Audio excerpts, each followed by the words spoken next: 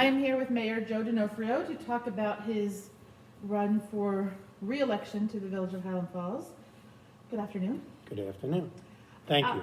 You're welcome. I'm asking everyone first just to tell me a little bit about yourself and why you decided, in your case, to run again. Well, a little bit about myself. Most people know I was born here. I actually live on the same street I was born on, and it works for me. I love the Village of Highland Falls, just like most of the residents do. I have been given the opportunity over the years to be the mayor, to hold the position of mayor, and I have done it full time. And the only reason I mention full time is because I'm able to get things done. I'm able to communicate with people, hold meetings during the day, which a lot of folks wouldn't be able to come to at night. I don't mean residents, I mean companies. Could be Central Hudson, it could be Verizon, just a host of meetings that I have almost every day. And because of that, I believe that I've been able to produce and to get things done. And it's really why I'm continuing to run. You asked that. I'm still have the energy. I'm still want to produce. I still have several projects that are in the pipeline to be completed. The first thing that I've been asking everyone about, and you'll probably know this better than anyone, top three challenges. Top three challenges in Highland Falls right now. Well, maybe, I'm not sure in this order, but as I think of them, the COVID, I'm sure everyone has said that, it's true. It's not gone away yet.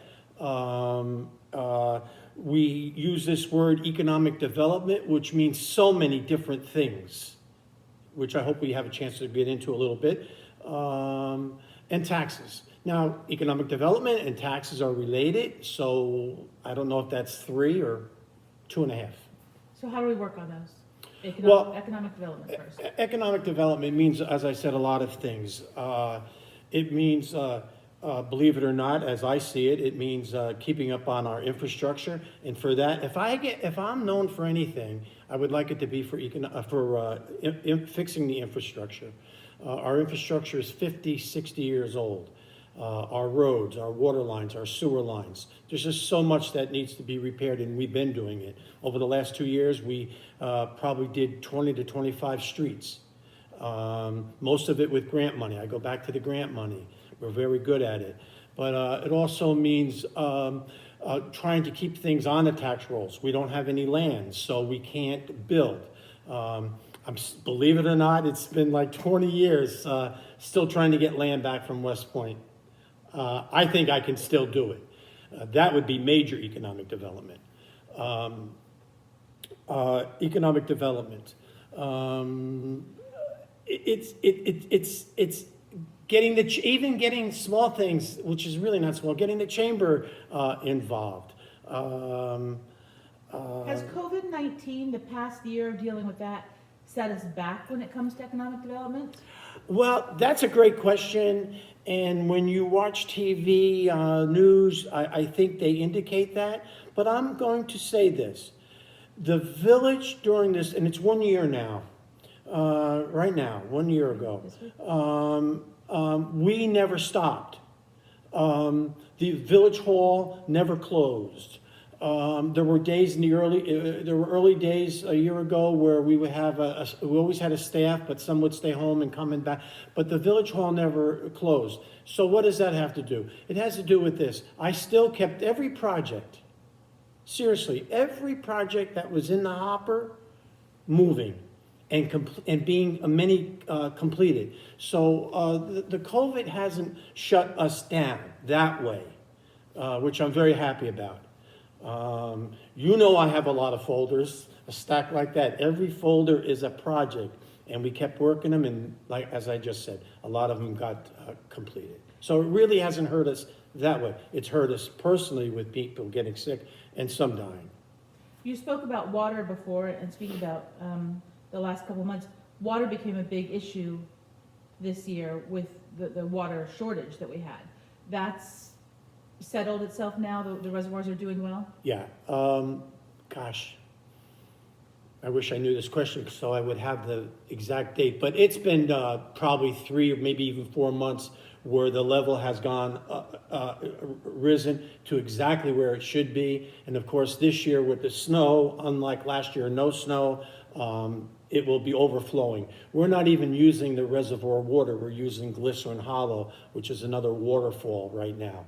So, but I can tell you that Bog Meadow is overflowing.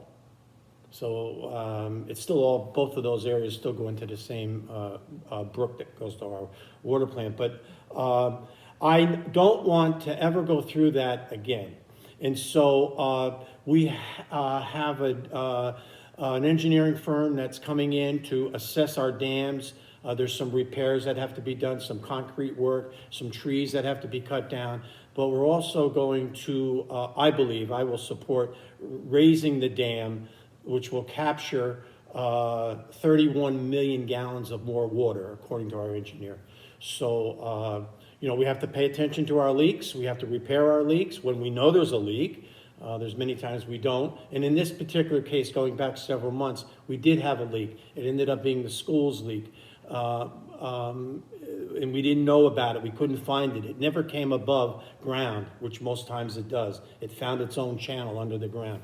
So with all of that, I want to say the dam is in great shape right now, and we're going to make it better. We shouldn't have to go through that again. Oh my gosh. I can tell you this as the truth. In 30 years, I never lost 2 straight weeks of sleep as I did because of the dam. Anyway. Consolidation. I keep asking everyone about consolidation. Tell me where we are right now. I know there's another study possibly about to start, or the completion of the last study. Where does it sit right now on the village board? Can I just do a minute of background? Mm-hmm. So consolidation, great topic, comes up every once in a while, and as it has recently. And so in the past, you know, for folks to know, we have consolidated. We've consolidated our building department. We've consolidated planning board. We've consolidated zoning board. We've consolidated the assessor's office. We've consolidated, I think I said recreation, but sanitation. Mm-hmm. I did sanitation when I was the mayor and the supervisor back in the late 90s. Those have worked. Not only have they worked, there's 2 things that are important with consolidation for me: that they work and that it doesn't cost the taxpayers more. That's what's important. Now we're talking, one might say, larger departments, i.e. the police department. Consolidation came up recently because citizens, residents came to us and wanted to know about consolidation, wanted to know, were we thinking about it? Maybe, are we thinking about it because our current police chief is retiring? And so maybe this is a good time to talk about it. And so you have to respect those. Might not be something I want, but you still have to respect the residents who come to you with questions about any item, any project, any endeavor. And that's what we've done. And as you referred to some studies, there was a study done in 1976. Anyone wants to look at it, I have it down at the Village Hall. There was another study done, that was a professional study. There's another study that was done by a town board member, a village board member, and a resident, 1996. I have that for the public to look at.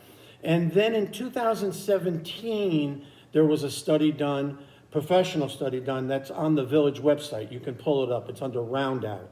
That was the name of the company. Now, for quite a while, we've had a grant to do another study. There's only probably enough money left in the grant for which we have to match, and in this case, the grant has $14,000. We have to match another $14,000, which is the price, $28,000, to have a professional company come in and do the police again. And so that hasn't been determined yet. The village board hasn't voted. They heard from the gentleman from the company a couple of times now. The second time was recently. I'm going to bring it to the board to make a decision.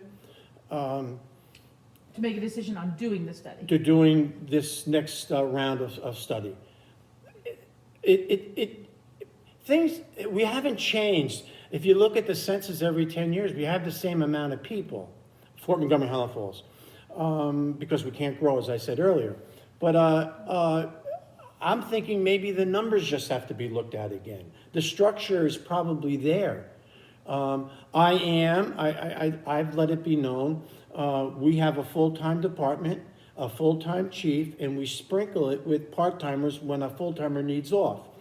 Fort Montgomery has a part-time department, and it works. Now, we're so close, but yet we're two different kinds of communities for different reasons, different ways.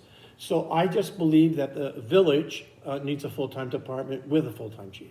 By part-time though, in the town, they're on duty full-time, Yes, made up of all part-time yeah, officers. they have 24-hour coverage down there, and they do very well, and there's a police officer or two on every hour of every day. So there's just a study still to be done and make a decision after that. Correct. Okay. It has to work, though. My number one concern, and I think I'm going back to the water again, in maybe an indirect way, safety. The safety of this community is my number one job, whether that's COVID, whether that's the reservoir, whether that's the police department and the fire department. That's my number one job. There's number one by far.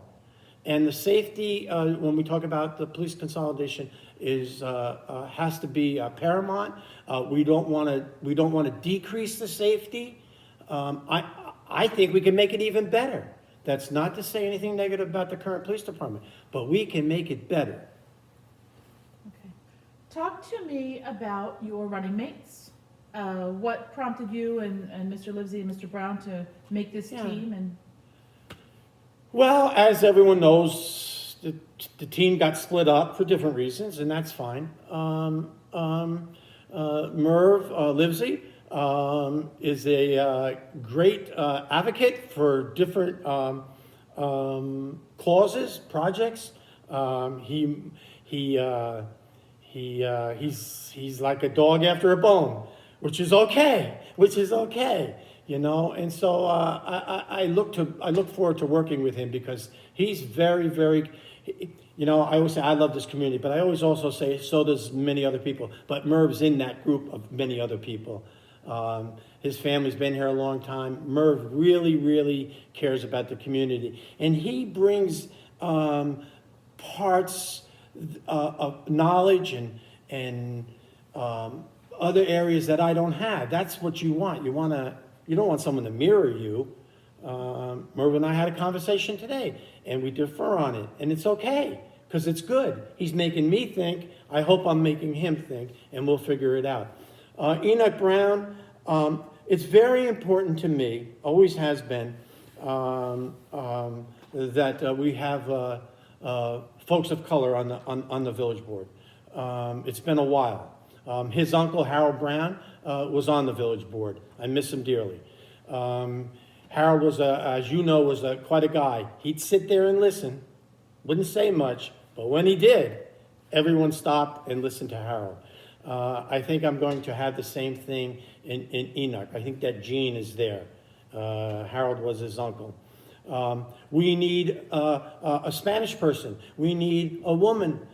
So it isn't just the area that I've picked Enoch to run in, but this community is made up of so many different elements, people. They all have to be represented because they all need to be listened to. I don't know unless I hear from them. we're closing out our time now. If anyone has any questions or wants to talk to you about anything before the election, what's the best way to do that? Real quick, 446-3400. My cell, 219-4057. Mayor Joe at highlandfallsny.org. That's great. I appreciate your time. Thank you. Have a good day.